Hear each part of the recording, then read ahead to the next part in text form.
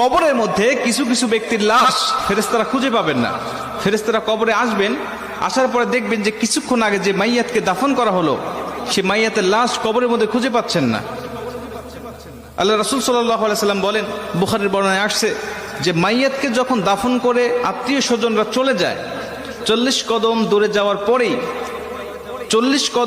যাওয়ার পরেই তার কবরে ফেরেশতার আগমন হয়। দুইজন ফেরেশতা তার কবরে আসে। বুখারীর এক বর্ণনায় আসছে, আল্লাহ রাসূল সাল্লাল্লাহু আলাইহি সাল্লাম বলেন, আব্দু ইদা বুদিয়া ফি কবরিহি, যখন কোন বান্দাকে কবরের জগতে রাখা হয় তখন ওই বান্দাকে কবরে রেখে তার আত্মীয় স্বজন পাড়া প্রতিবেশীরা যখন চলে যায়, জুতার আওয়াজ এখনো শোনা যাচ্ছে কবর থেকে, তখনও ওই ফেরেশতারা তার কবরের মধ্যে উপস্থিত হয়ে যায়। ঠিক তখনই যখন কবরের মধ্যে ফেরেশতারা উপস্থিত হয়ে যায়, উপস্থিত হওয়ার পরে কিছু কিছু কবরে এসে দেখবেন যে কবরের মধ্যে লাশ খুঁজে পাওয়া যাচ্ছে না। ফেরেশতারা ডাক দিয়ে বলবেন, কি ব্যাপার? কিছুক্ষণ আগে একজন ব্যক্তির লাশ রাখা হলো, লাশটা গেল কোথায়?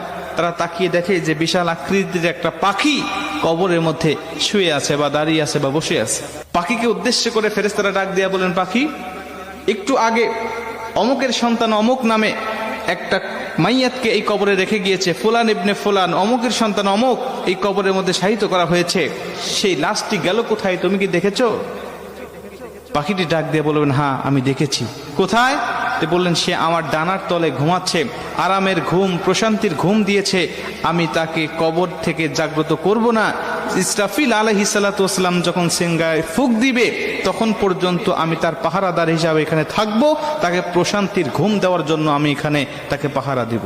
মুসলমান ভাইরা আমার, ফেরেশতারা পাখিকে ডাক দেয়া বলবেন, পাখি রে, ওই ব্যক্তিকে একটু বের করে দাও, আমরা তাকে শুধু 3টা প্রশ্ন করে চলে যাব।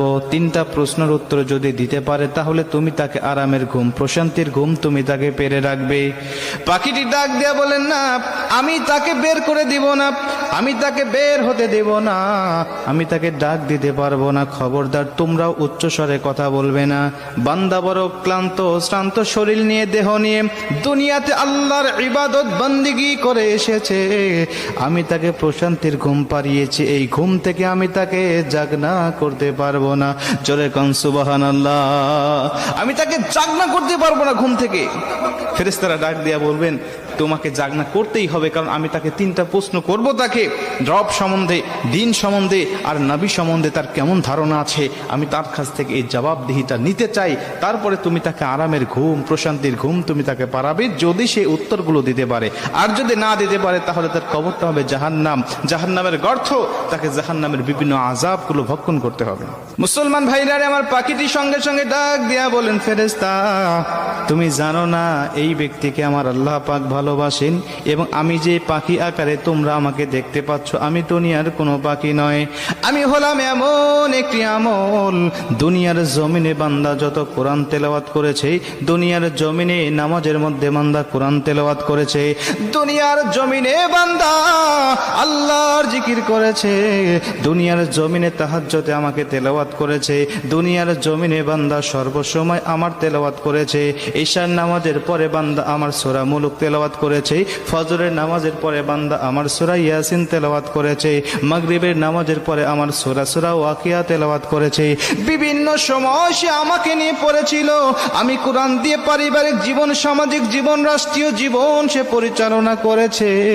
এজন্য আমি কোরআন তাকে আজকে এই কঠিন মুসিবতে একা রেখে যাব না, আমি এসেছি তাকে পাহারা দেওয়ার জন্য। কবরে, মিজানে, হাসরে ফুলসিরাত পার করাইয়া বান্দাকে জান্নাত দেওয়ার আগ পর্যন্ত আমি তার পিছন থেকে সরব না। জোরে কোন সুবহানাল্লাহ। আমি তার পিছন থেকে যাব না, আমি কঠিন মুসিবতে তাকে একা ফেলে রেখে যাব না। তুমি চলে যাও, তার কাছ থেকে তোমার উত্তর নিতে হবে না। তিনি ডাক দিয়া বলবেন, না, উত্তর দিতেই হবে, বের করে দাও। বলছেন, তোমার যদি সাধ্য থাকে তাহলে তুমি আমার ডানার তল থেকে তাকে বের করে নাও। ফেরেশতারা তার ডানার তলে খুঁজবেন, তন্ন তন্ন করে খুঁজবেন। হাদিস শরীফের মধ্যে আসছে, কিন্তু লাশটি খুঁজে পাবেন না তারা। মুসলমান ভাইরা আমার, ফেরেশতারা আল্লাহকে ডাক দিয়ে বলে, মালিক, অমুকের সন্তান অমুককে এই কবরের মধ্যে কিছুক্ষণ আগে রেখে গিয়েছিল তার আত্মীয় স্বজন, কিন্তু এখন তো তার কবরে তাকে পাই না, কেন, কোথায় গেল? আপনি আমাদের